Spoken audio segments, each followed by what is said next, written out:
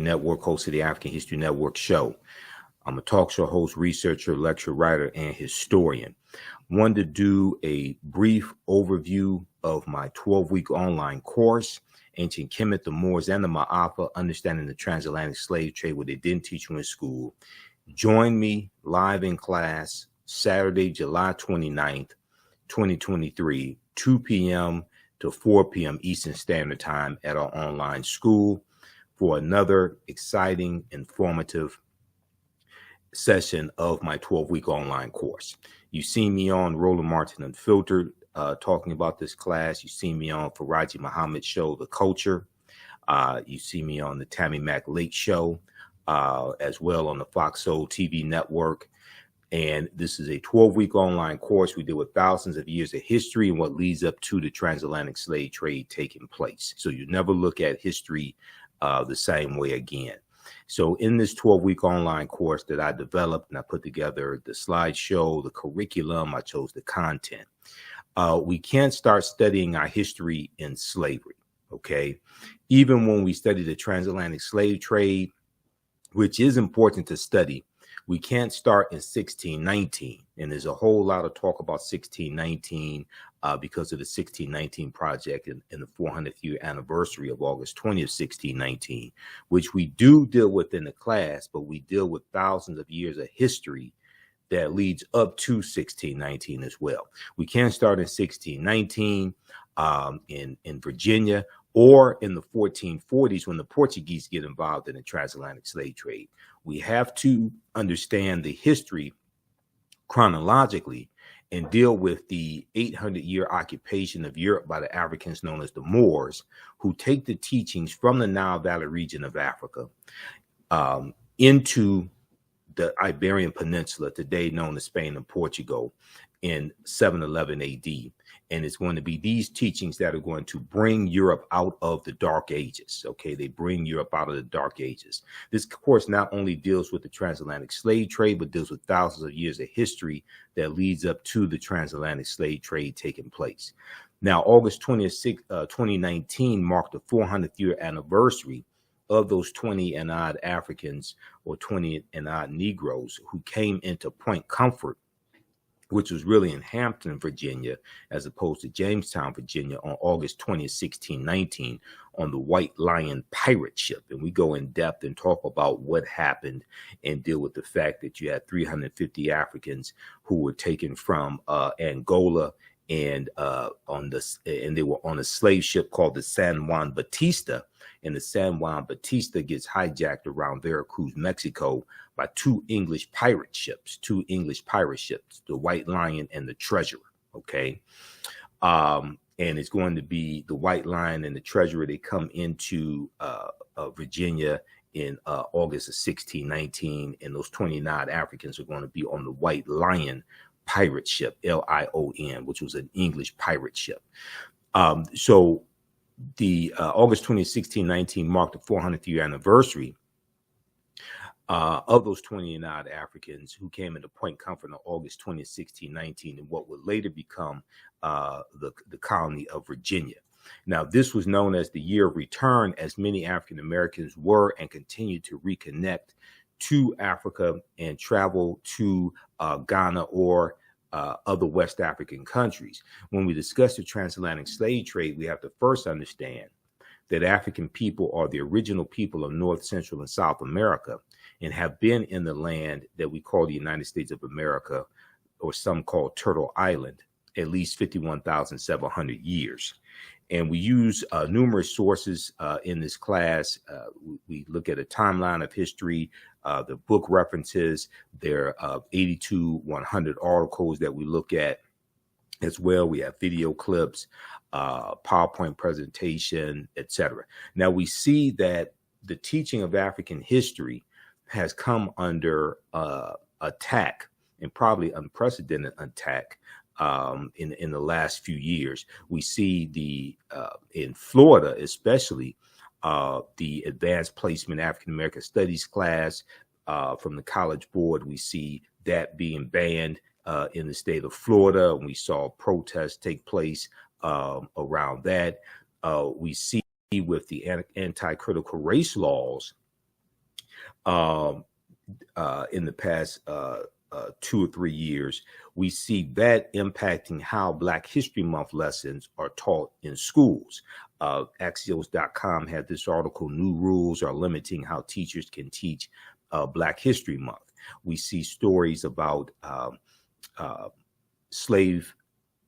we see stories about lessons dealing with slavery gone wrong, like this article from USA Today, mock slave auctions, racist lessons, how U.S. history class often traumatizes, dehumanizes Black students.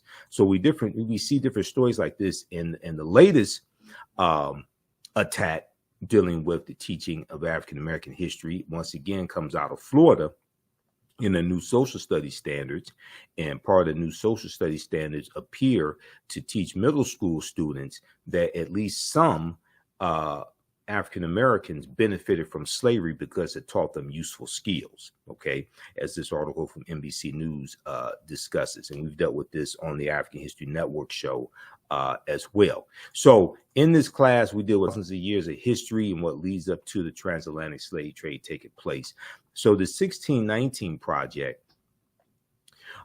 even though there is some good information in it, a lot of what we know about those 20 and odd Africans is wrong.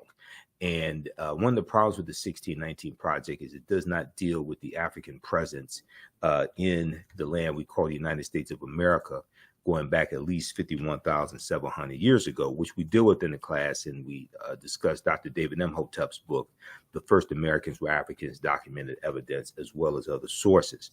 But this article here from VirginiaMercury.com, much of what we've been told about Virginia 1619 first Africans is wrong. This is from August 11th, 2019. Now, this is a historical marker that is at Fort Monroe in Virginia, and it notes the arrival of the first Africans in Virginia. And in 1619, codified slave laws don't exist in any of the 13 colonies. The first of the 13 colonies to have codified slave laws is Massachusetts in 1641. Okay, and these Africans are going to be put into a form of indentured servitude, and after about 3 to 5 years or so, they're going to be released from that.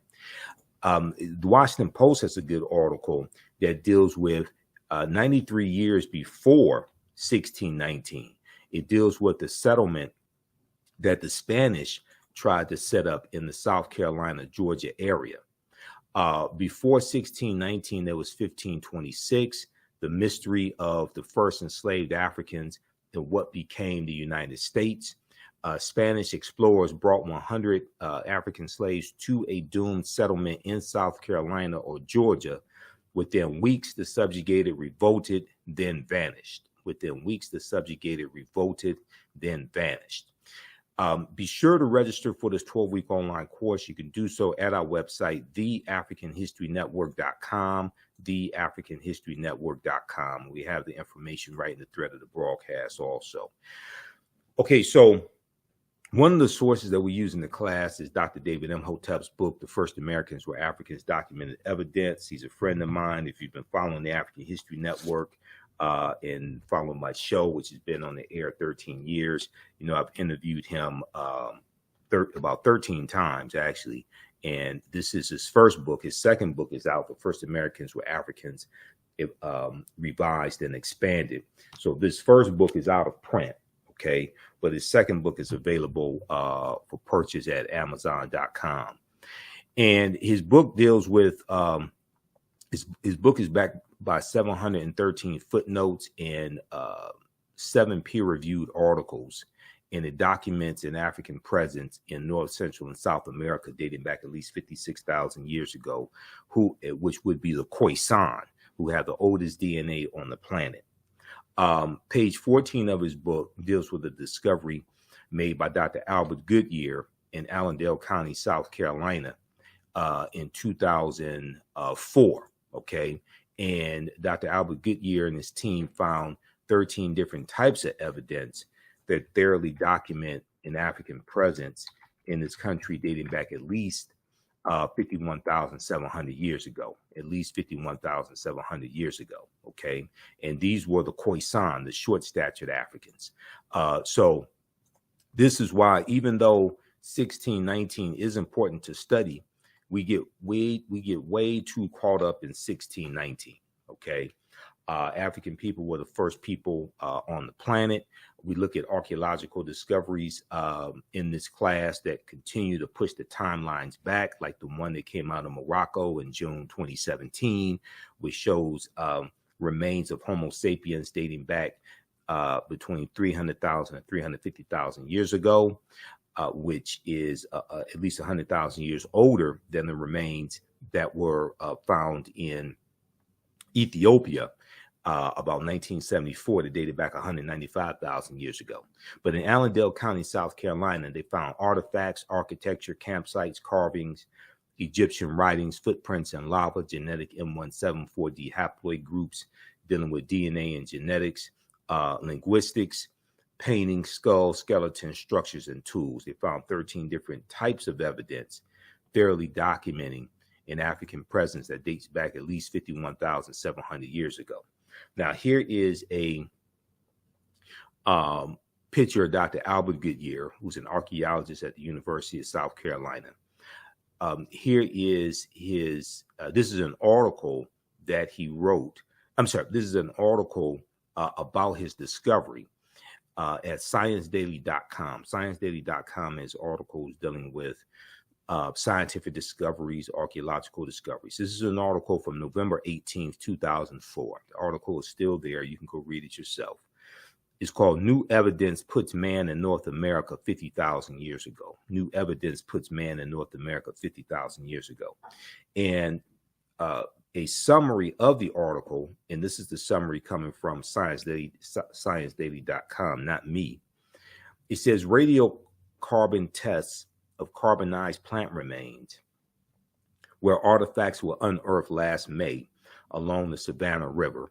So that'd be May 2004, last May along the Savannah River in Allendale County by University of South Carolina archaeologist Dr. Albert Goodyear, indicate that the settlements containing these artifacts are at least 50,000 years old, meaning that humans inhabited North America long before the last ice age, meaning that humans inhabited North America long before the last ice age. So who are these humans? Okay. Well, an October 2012 genetic study published in Science magazine found that the Khoisan in Southern Africa are the oldest ethnic group of modern humans, with their ancestral line originating about 100,000 years ago. The Khoisan are formally called by the derogatory term Bushmen, and they are genetically unique, and no other currently known population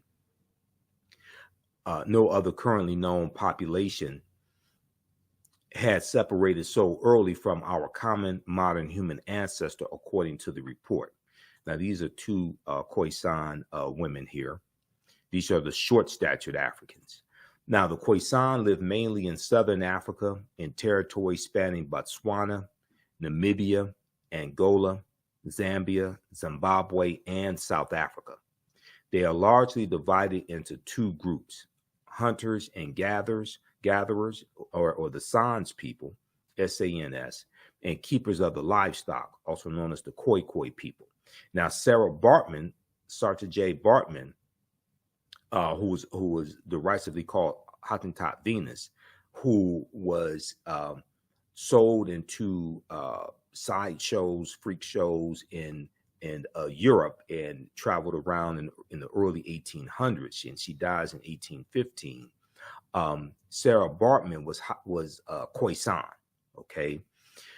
The Khoisan languages include the distinctive click sounds that are not found in the languages of their neighbors. And there was an article from AtlantaBlackStar.com, 5 ethnic groups that proved the first humans were Black, that you could check out as well.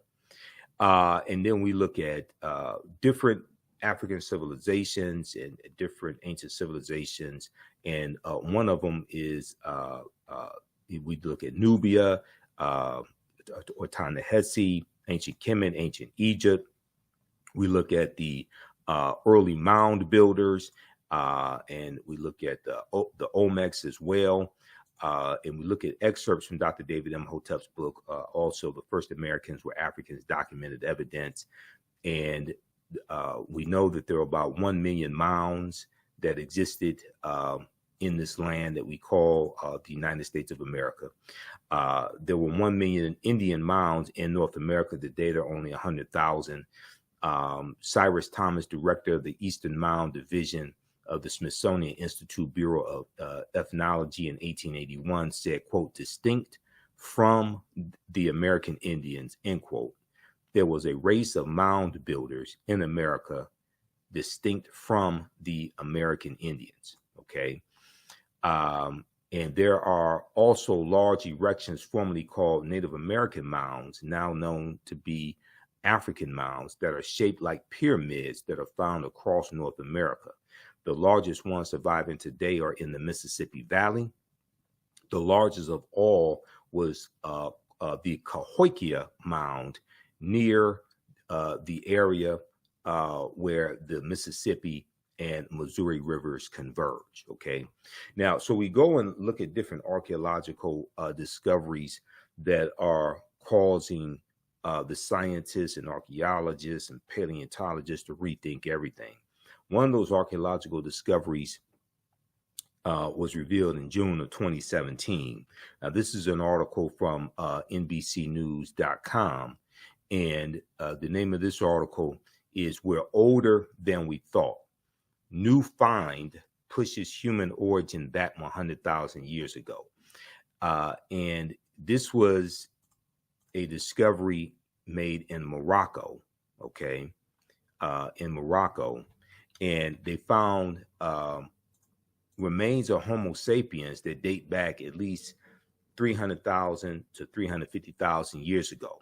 Modern humans evolved much earlier than previously thought, researchers reported. New discoveries at a rich site in Morocco show modern humans were hunting and probably cooking game animals 300,000 years ago. This is 100,000 years earlier than scientists had believed up until now. Now, new discoveries and new dating methods show that, in fact, many of the bones belonging to modern Homo sapiens belonged to modern Homo sapiens, and they lived as far back as 300,000 or 350,000 years ago. Now, the earliest previous Homo sapiens bones, or modern man's bones, date back 195,000 years ago, and they're found clear across the continent in modern-day Ethiopia. Taken together, the findings show modern humans were dispersed across Africa long before anyone ever thought. Okay, now that's from June 2017. This discovery here that was reported by the New York Times in their science section, this deals with stone tools found on the Greek island of Crete that date back at least 130,000 years ago. On Crete, new evidence of very ancient mariners. On Crete, new evidence of very ancient mariners. This is from the New York Times, February 15th, 2010. And it said this discovery here is causing the scientists to rethink everything. And this discovery is considered strong evidence for the earliest known seafaring in the Mediterranean and calls for rethinking the maritime capabilities of pre-human cultures, okay? So the deeper they dig, the blacker the planet gets, the more research they do, the older we get. So we go through and look at history chronologically and see what leads up to the transatlantic slave trade taking place, which begins in the early 1440s. We look at civilizations like ancient Nubia or Ta-Nehisi, which dates back to about 4,500 BCE, before the Common Era of BC. Ancient Nubia or Ta-Seti, or also called Ta-Nehisi, and that region would be known as Kush, K-U-S-H, was a region along the Nile River located in northern Sudan and southern Egypt. So the lower portion of what is today Egypt and the upper portion of the Sudan is where Nubia was in ancient times, okay? And we know that the geographical boundaries that make up the 54 African countries, those geographical boundaries largely come from are the result of the Berlin Conference of 1884 and 1885, when 14 European nations meet in Berlin, Germany, to carve up Africa into colonies, okay? And they draw the geographical boundaries around the areas that have the natural resources that the respective European nations want. Now, known for rich deposits of gold, Nubia was a major trading port for luxury goods that came from sub-Saharan Africa, such as incense, ivory, and ebony. Nubia was home to some of Africa's earliest kingdoms. The first monarchy of recorded history was established in Nubia. The Nubians were also known for their exceptional archery skills that provided the military strength for their rulers. Kings of Nubia ultimately conquered and ruled Egypt for about 100 years, or about 1 century. Monuments still stand in modern Egypt. Monuments still stand in modern Egypt and Sudan at the sites where Nubian rulers built cities, temples, and royal pyramids. So Nubia is the mother of ancient Kemet, ancient Egypt.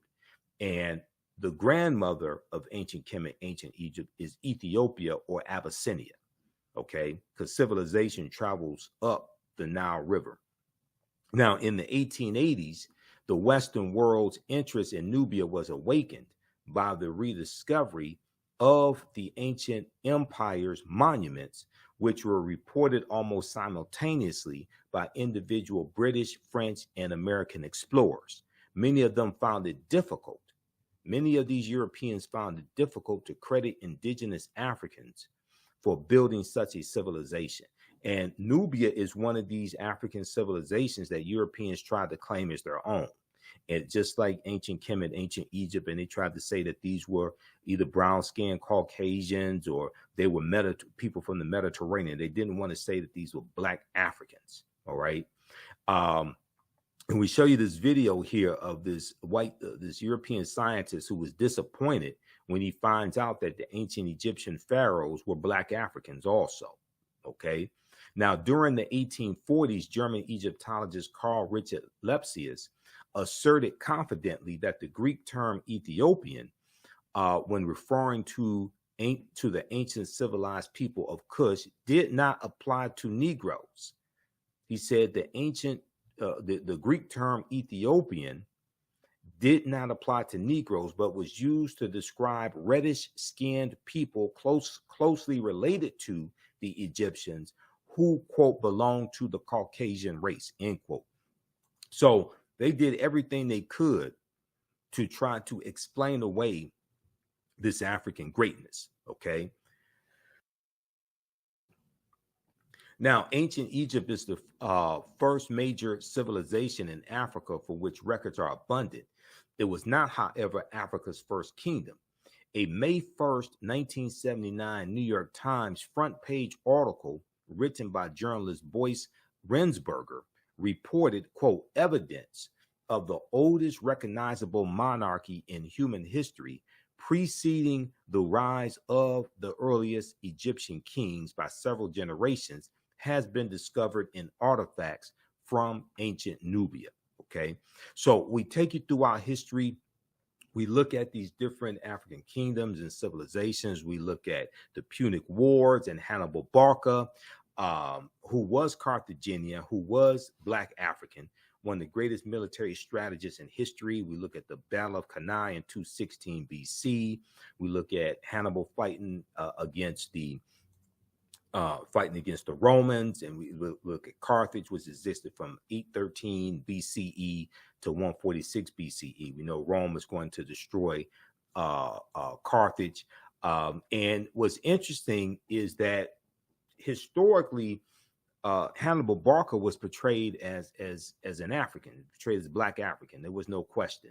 In his book, World's Great Men of Color, Volume 1, history scholar J.A. Rogers asserts, quote, the Carthaginians were descendants of the Phoenicians. The Carthaginians were descendants of the Phoenicians, a Negroid people, and that, in fact, until the rise of the doctrine of white superiority, Hannibal Barca was traditionally known as a black man, end quote.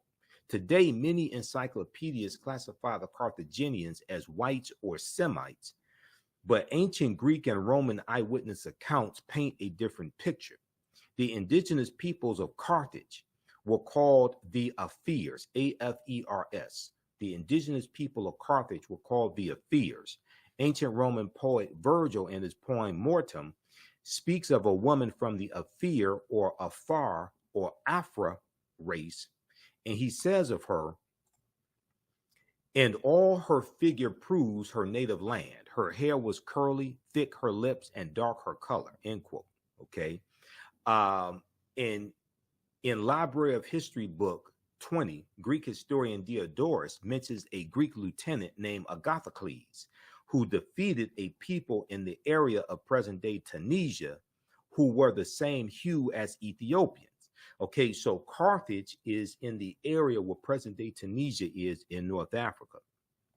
Now, the eyewitness accounts are corroborated by physical anthropology. L. Berthelon and E. Chantre, both well-noted French anthropologists, noted their examination of skeletons throughout North Africa in all periods.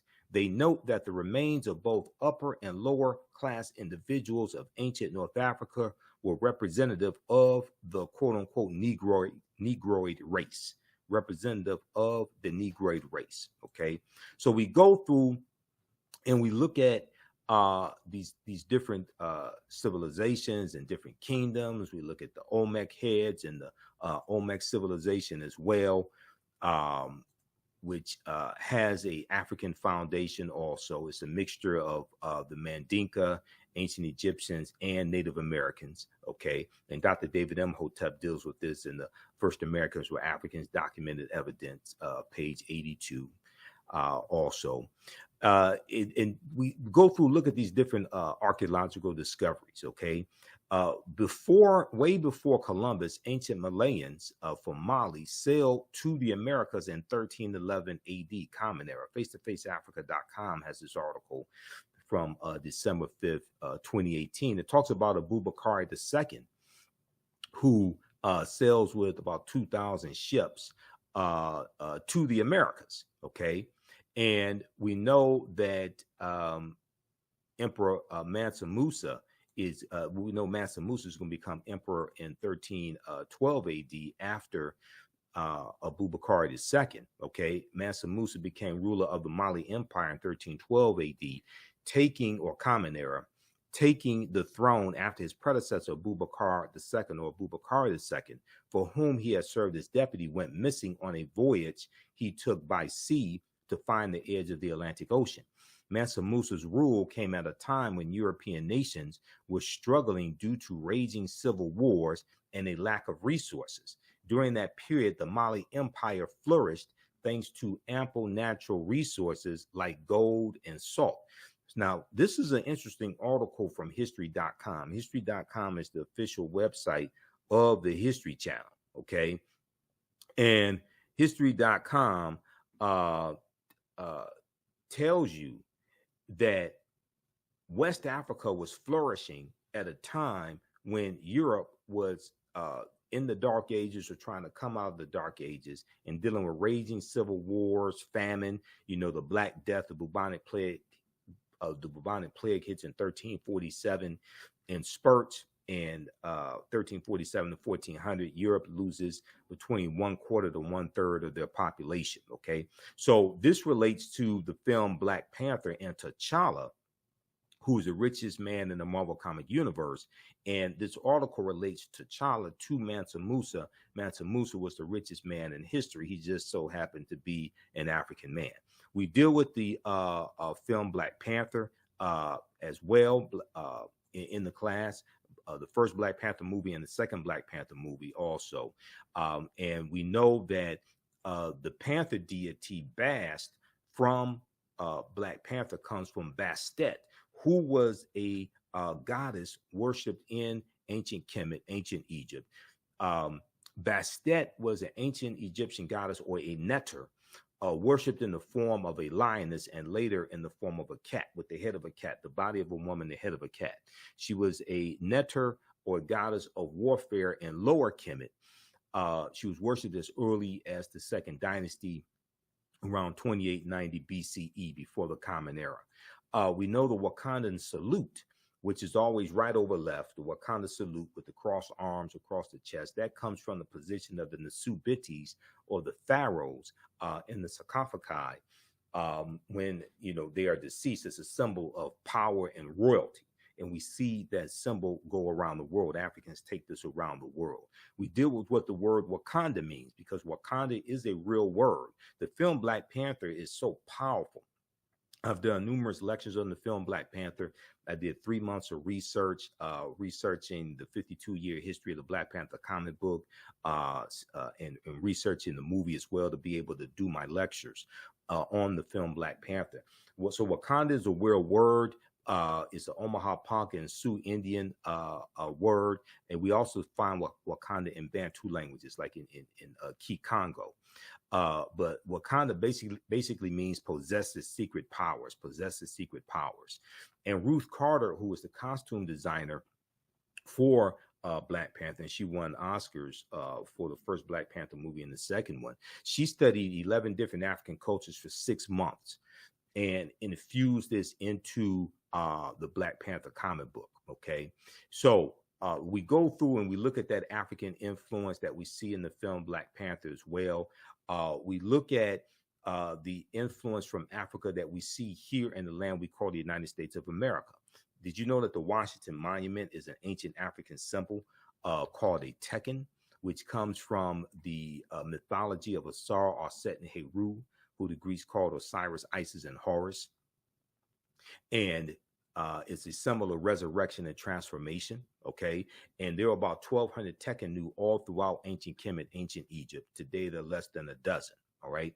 Be sure to visit our website, theafricanhistorynetwork.com, theafricanhistorynetwork.com, and register for this 12-week online course that I teach, ancient Kemet, the Moors, and the Maafa, understanding the transatlantic slave trade, what they didn't teach you in school. Kemet is one of the original names for Egypt, okay?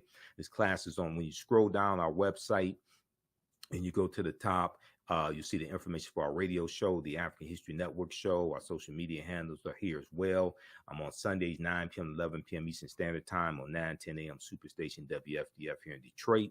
And we broadcast on our Facebook and YouTube channels and pages when we're on live. But our 12-week online course, Ancient Kemet, one of the original names for Egypt, the Moors, and the Maafa, understanding the transatlantic slave trade, what they didn't teach you in school. Our next class is Saturday, July 29, 2023. We do the sessions live. All the sessions are archived and recorded. You can go back and watch it anytime. This class is on sale $80, regularly $130. Even after the course is over with, you can go back and watch the full class. You still have full access. So a year from now, 2 years from now, you can go back and watch the entire course, okay? You can use this information with your children. I would say the content is PG-13. It's not overly graphic. I don't do a lot of cursing or anything like that. I do a PowerPoint presentation. We have over 200 slides. I created the PowerPoint presentation. I'm a historian. I've been studying 30 years, actually 31 years. There are about 80 to 100 articles that we reference, the video clips that we look at as well, and book references also. We show you the book references on the screen. You don't have to buy any of these books to follow along in class. This was an excellent article here from face-to-faceafrica.com that dealt with Tekhen that were taken from Egypt and taken into London, England, Paris, France, and New York City. Okay, ancient Egyptians called obelisks Tekhen, and they were also used to tell time in the past. Okay, currently Cleopatra's Needle is the name given to 3 ancient Egyptian obelisks, one in New York City, one in London, England, and one in Paris, France. Read this article here from face-to-faceafrica.com, Cleopatra's Needle, how 3 ancient Egyptian obelisks ended up in New York City, London, and Paris, okay? And they, the Tekhen, or the obelisk, comes from the mythology of Asar, Aset, and Heru, who the Greeks called Osiris, Isis, and Horus.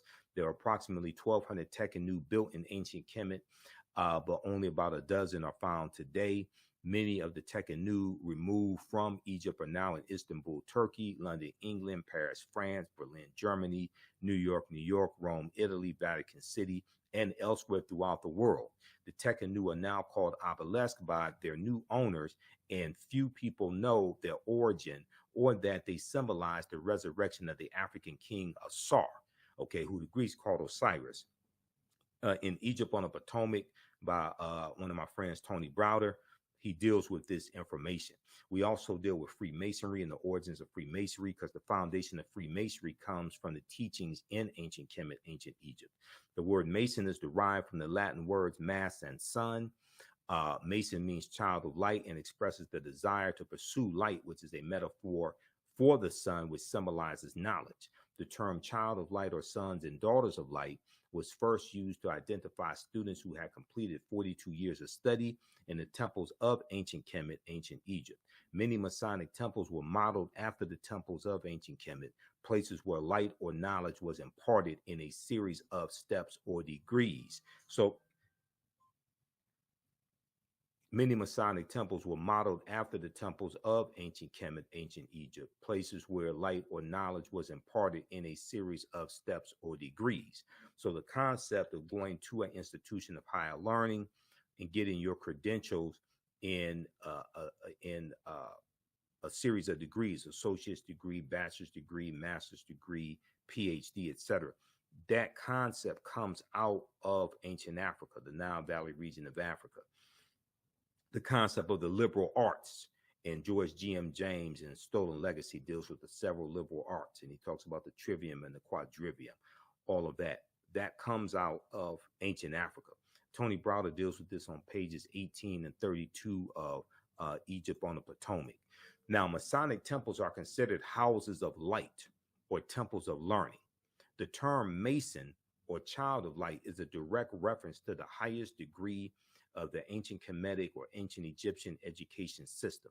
The 33 degrees of instruction within Freemasonry represent a fraction of the 360 degrees of instruction that comprise the ancient Kemetic system of education.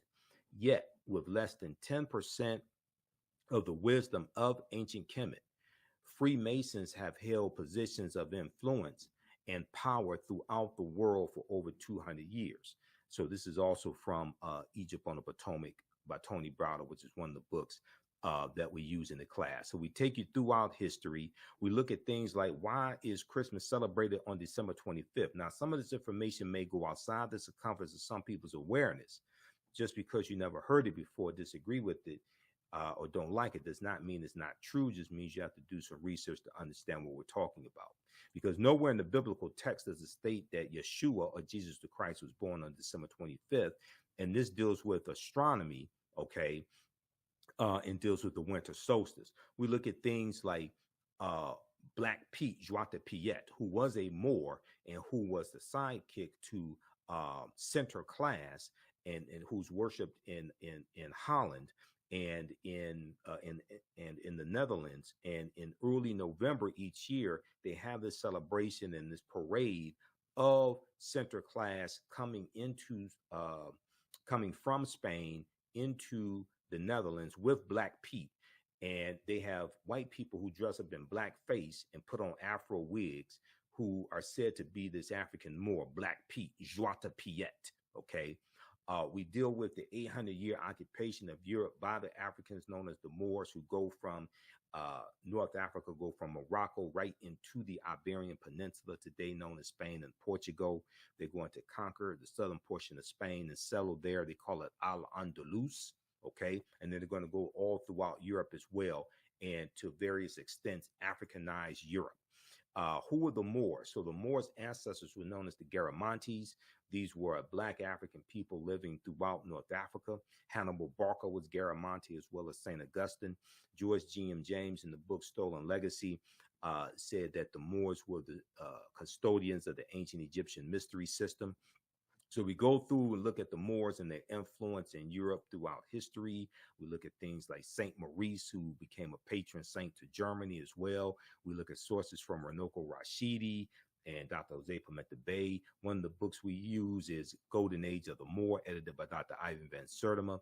We know 711 AD, General Tariq ibn Ziyad goes into the Iberian Peninsula and is going to conquer. They defeat the Vandals and the Visigoths, And this is tied to the fall of the western portion of the Roman Empire in 476 AD that gets crushed by those barbarians, the Vandals and the Visigoths.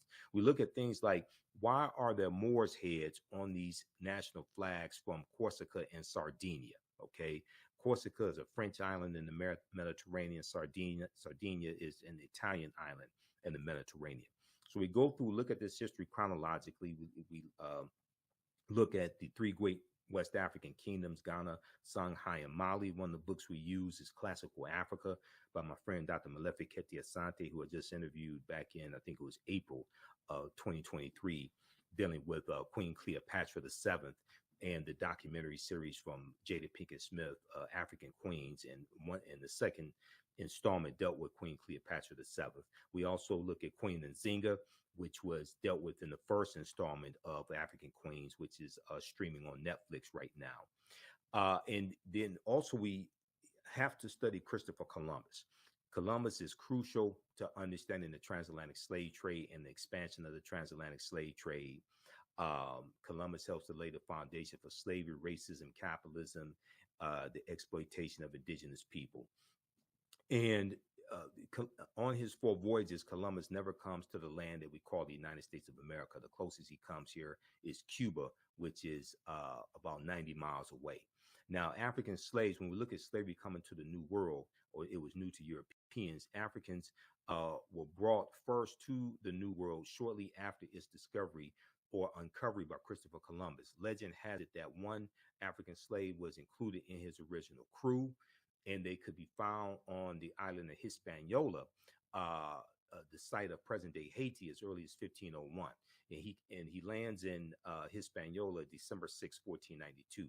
Upon his arrival in the Bahamas, Columbus himself captured 7 of the natives for their quote-unquote education, he said, on his return to Spain. However, the slave trade proper only began in 1518, when the first black cargo direct from Africa landed in the West Indies. So this is based upon the Asiento de Negros of August 1518, signed by King Charles V, okay, which drastically expands the transatlantic slave trade. Now, the importation of Africans to be enslaved to work in the Americas was the inspiration of the Spanish Bishop Bartolomeu de las Casas, who traveled on some of Columbus's voyages.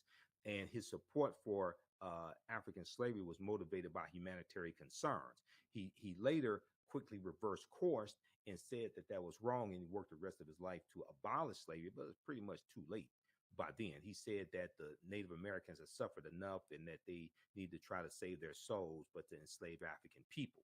He argued that the enslavement of Africans and even some whites, proving that in the early period, slavery did not operate according to exclusive racial demarcations, would save the indigenous American Indian populations, which were not only dying out but engaging in large-scale resistance as they opposed their excessively harsh conditions. As a result, King Charles V, then King of Spain, agreed to the Asiento de Negros, or slave trading license, which he signed in August of 1518, which later represented the most coveted prize in European wars, as it gave to those who possessed it a monopoly in slave trafficking. Okay, so we take you throughout history and look at this. We look at some of the skills, trades, and crafts that African people had in this country from 1619 to 1865. There were at least 262 skills, trades, and crafts that African people had in this country. And the book by James Newton and Ronald Lewis, The Other Slaves, Mechanics, Artisans, and Craftsmen, which came out in 1978, documents this. There are also studies that show how studying African history improves the academics of our children. There was an article from the root.com. New studies find that positive feelings about Blackness improve academic performance for Black girls. This is from January 10th, 2018. And then there was a study, Black teens with racial pride do better in school. This was a study from the University of Pittsburgh and Harvard University that shows that when parents use racial socialization, such as talking to their children or engaging in activities that promote feelings of racial knowledge, pride, and connection, it offsets racial discrimination's potentially negative impact on students' academic development. So there's evidence showing how our children studying their history and knowing their history and having positive self-esteem because of their history, how this improves their academic performance also. So register for this 12-week online course that I teach. As soon as you register, there's content that you can start watching right now. It's at our website, theafricanhistorynetwork.com. I teach the class. You've seen some of my videos, most likely. Follow us on our Facebook fan page, The African History Network, and my YouTube channel, Michael M. Hotep, IMHOTEP. Join us in our next class, Saturday, 2 p.m. to 4 p.m. Eastern Standard Time. The full course is on sale, $80, regularly $130 right now. You never look at history the same way. Remember, right knowledge corrects wrong behavior. It's not over till we win Wakanda forever. And we'll see you in class.